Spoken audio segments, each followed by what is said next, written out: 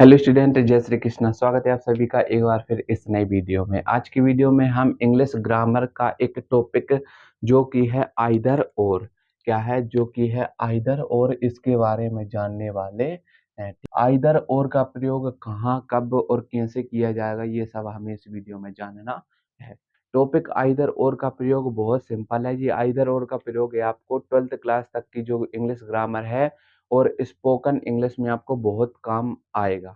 ठीक है, जो ग्रामर है वो इंग्लिश की तो स्पोकन में काम आती है। ठीक है, तो आप अगर एग्जाम के कंट्रीब्यू से देख रहे हैं तो इसके लिए भी बहुत इंपॉर्टेंट हो जाता है। ठीक है, हम आज की वीडियो में जानने वाले आइदर और का प्रयोग में। देखो, आइदर और का जो मतलब होता है ना, वो क्या होता है, इसका मतलब क्या होता है, हमें सब्जेक्ट के बीच में एक आइदर लगाना है और एक और लगाना है। ठीक है, आइदर का मतलब होता है या तो, क्या होता है इसका मतलब होता है या तो, और का मतलब सब जानते होंगे या, इसका मतलब हो जाता है या तो या।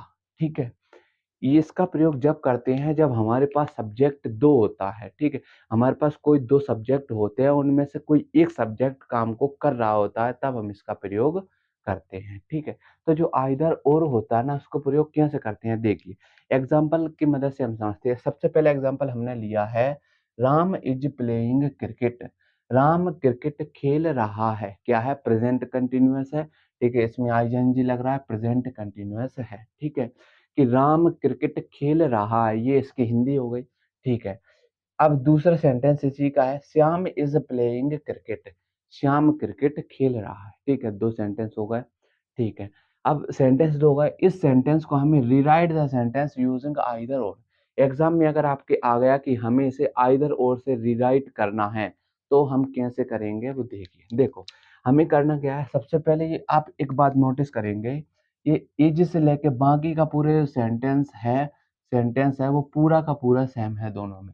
आइदर और की कंडीशन में और नाइदर नोर की कंडीशन में आपको ऐसा बिल्कुल ही मिलेगा। इसमें सब्जेक्ट अलग होंगे लेकिन सब्जेक्ट जो काम कर रहे हैं ना, वो एक समान होगा, तभी हम आइदर और का प्रयोग कर सकते हैं। ठीक है, अगर आपको वीडियो साफ नहीं दिख रही हो ना, तो इसकी वीडियो क्वालिटी को बढ़ा लीजिए। ठीक है, हाँ देखिए, Ram is playing cricket, Shyam is playing cricket, हमें आइदर और का प्रयोग करके इसे चेंज करना है। ठीक है, इसका अब देखो यहाँ पर मतलब क्या है, एक सेंटेंस है राम इज प्लेइंग क्रिकेट और दूसरा सेंटेंस है श्याम इज प्लेइंग क्रिकेट। अब देखिए यहाँ पर इसका मतलब क्या है, राम क्रिकेट खेल रहा है, श्याम क्रिकेट खेल रहा है। जब हम इस सेंटेंस को आइदर और से जोड़ देंगे तो दोनों में से कोई एक काम, जो काम करने का, यहाँ पर दो सब्जेक्ट है, दो काम कर रहे हैं क्रिकेट खेलने का। अगर हम इसे आइदर और से जोड़ेंगे ना, तो एक सेंटेंस के अंदर दोनों सब्जेक्ट आएंगे, लेकिन हम सस्पेंस में रहेंगे कि काम कौन कर रहा है। जैसे कि एग्जांपल से समझते हैं, यहाँ पर हमें इसे जोड़ना है तो सबसे पहले हम लगा देंगे आइदर। ठीक है, क्या लगा देंगे, आइदर, या तो। ठीक है, यहाँ पर पहले सेंटेंस का सब्जेक्ट था राम, आइदर राम। ठीक है, अब लगा देंगे हम और हमने लगा दिया।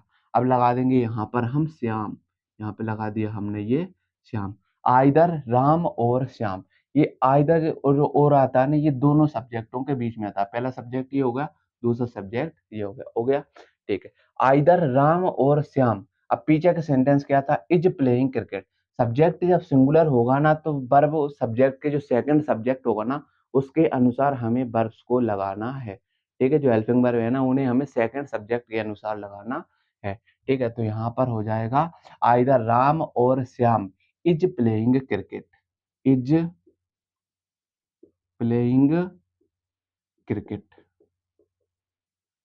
ठीक है, आई होप कि आपको ये समझ में आया होगा। इन दोनों सेंटेंसेस को आप आइदर और से जोड़िए, आइदर और से इस सेंटेंस को जोड़िए। ठीक है, और इसका उत्तर कमेंट में बताइए।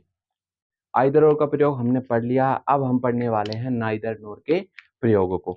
देखिए बहुत सिंपल है, कोई बहुत कठिन नहीं है। देखो नाइदर नोर, हमने आइदर और का मतलब जाना था, आइदर और मतलब होता है या तो या।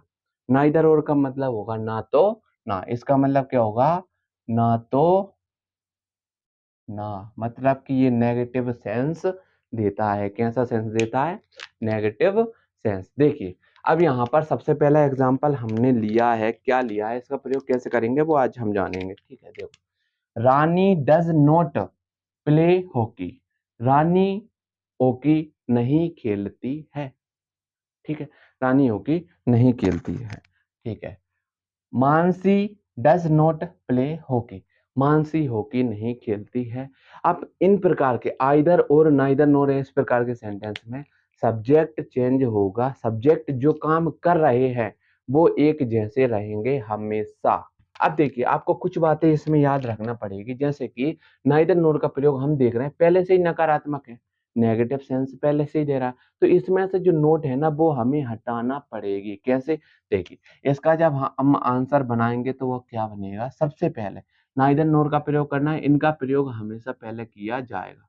यहाँ पे लिख देंगे नाइदर, पहला सब्जेक्ट है रानी, यहाँ पर हम इसको लिख देंगे रानी। ठीक है, नाइदर रानी, और दूसरा क्या था, नोर, हम लिख देंगे यहाँ पर नोर, नहीं, हाँ नोर। ठीक है, नाइदर रानी नोर मानसी, यहाँ पर लिख देंगे हम मानसी। ठीक है, मानसी लिख दिया। अब यहाँ पर हेल्पिंग वर्ब कौन है, डज, यानी कि सिंगुलर सब्जेक्ट है तो यहाँ पर क्या आएगा, डज ही आएगा, डज।